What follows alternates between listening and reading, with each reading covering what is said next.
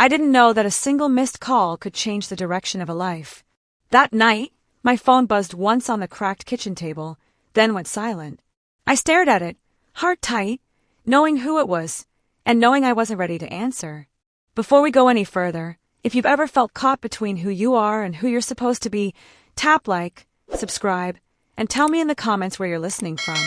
You're not alone here. My name is Daniel. I was 29, living in a narrow apartment that smelled like old paint and instant noodles, working a warehouse job that barely paid rent. The city outside my window hummed all night. Sirens, buses, people going somewhere I wasn't. I grew up believing love would save me, that finding the right person would make everything else make sense. Instead, love became another pressure point. I was tired all the time. Tired of choosing between groceries and phone bills. Tired of my mother's worried silence on Sunday calls. Tired of watching friends move forward while I stayed stuck. And at the center of it all was her, Lena, the one person who saw me clearly, and the one person I was most afraid of disappointing. Lena and I met 2 years earlier, on a rainy evening when the bus broke down and everyone complained except her.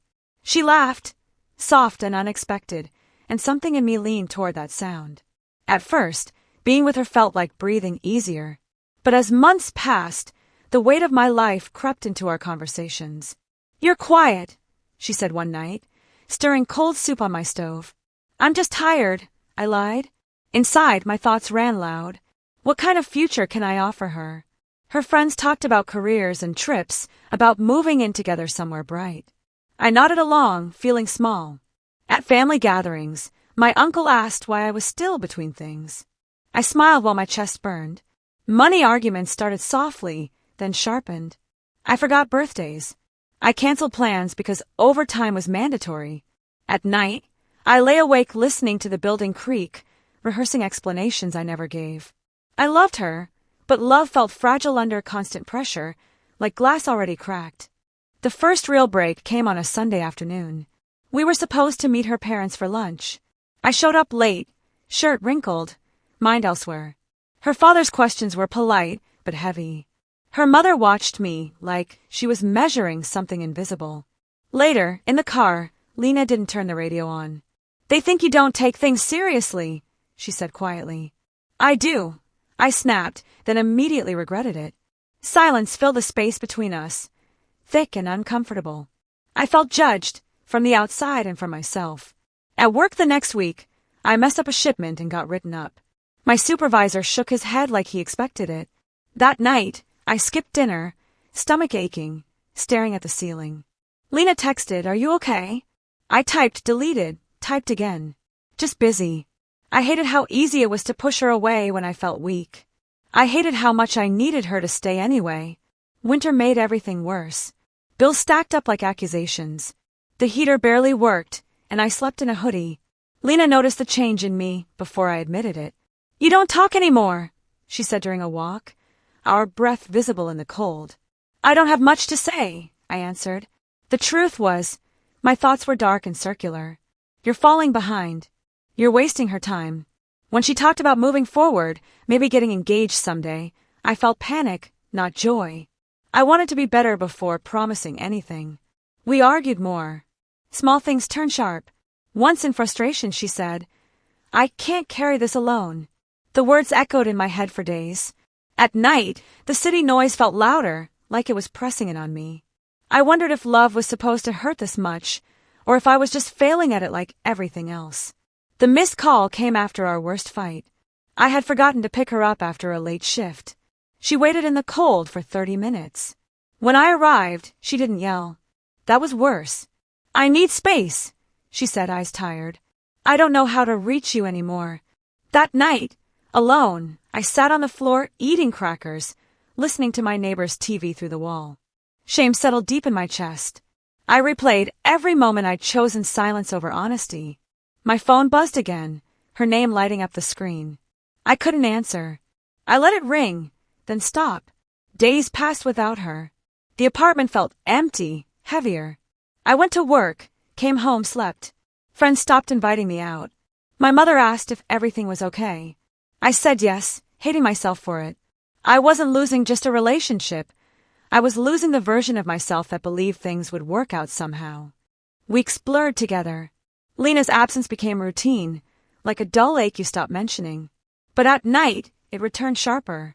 I imagined her moving on, finding someone stable, someone sure.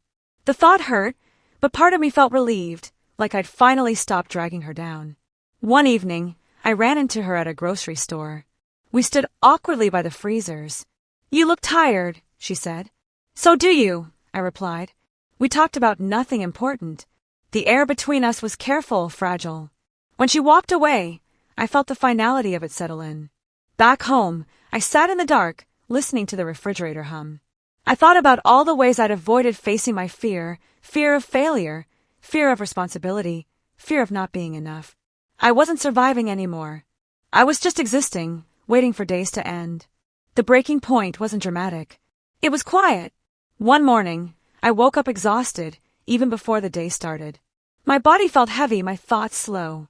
I stood in the shower, water running cold, and realized I couldn't keep going like this.